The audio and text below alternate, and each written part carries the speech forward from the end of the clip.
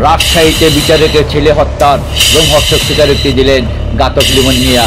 প্রিয় দর্শক, আজকে দ্বিতীয় পর্বে আইএনবি নিউজ রুম থেকে আছি আমি এমডি বাবুল জিয়া। বিস্তারিত জানতে আমার সাথেই থাকুন।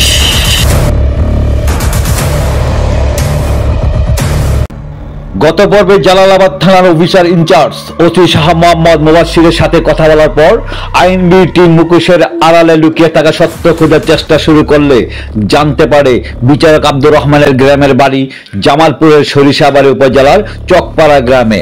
ঘাতক লিমন মিয়ার বাড়ি গাইবান্ধার ফুলছড়ি উপজেলার মদনের পাড়া ভবানীগঞ্জ গ্রামে। তার সম্পর্কে এখনো বিস্তারিত তথ্য পাওয়া যায়নি।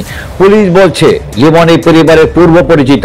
বিচারকের নিহত ছেলে সুমন রাজশাহী গভর্নমেন্ট ল্যাবরেটরি স্কুলের নবম শ্রেণীর ছাত্র ছিল।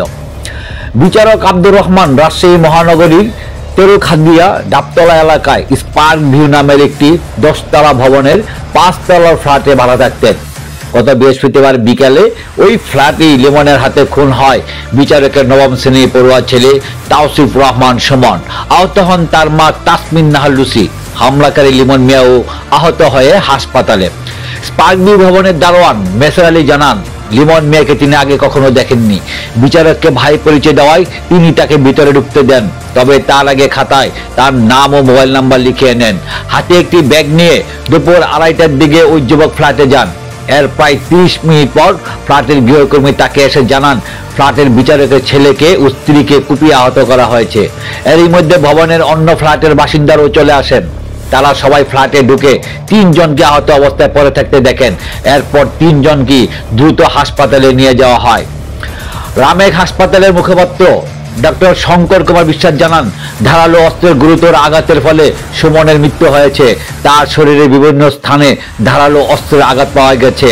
লাশ হাসপাতালের মর্গে আছে। ডক্টর শঙ্কর কুমার বিশ্বাস জানান, বিচারকের স্ত্রীর ডান হাত ও উরু এবং বাম বাহুতে গুরুতর জখম দেখা গেছে। এছাড়া তার ডান হাতের একটি রগ কেটে গেছে। চিকিৎসকদের একটি সমন্বিত দল অস্ত্রোপচার করেছেন। বর্তমানে তার শারীরিক অবস্থা স্থিতিশীল।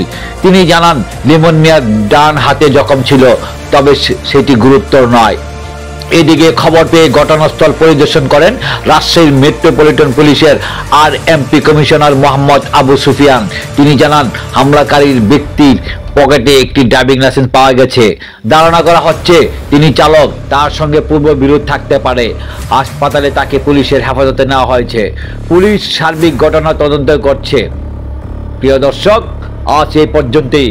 বাকি ঘটনা জানতে আমাদের সঙ্গেই থাকুন। সবাই ভালো থাকেন, সুস্থ থাকেন। আল্লাহ হাফেজ।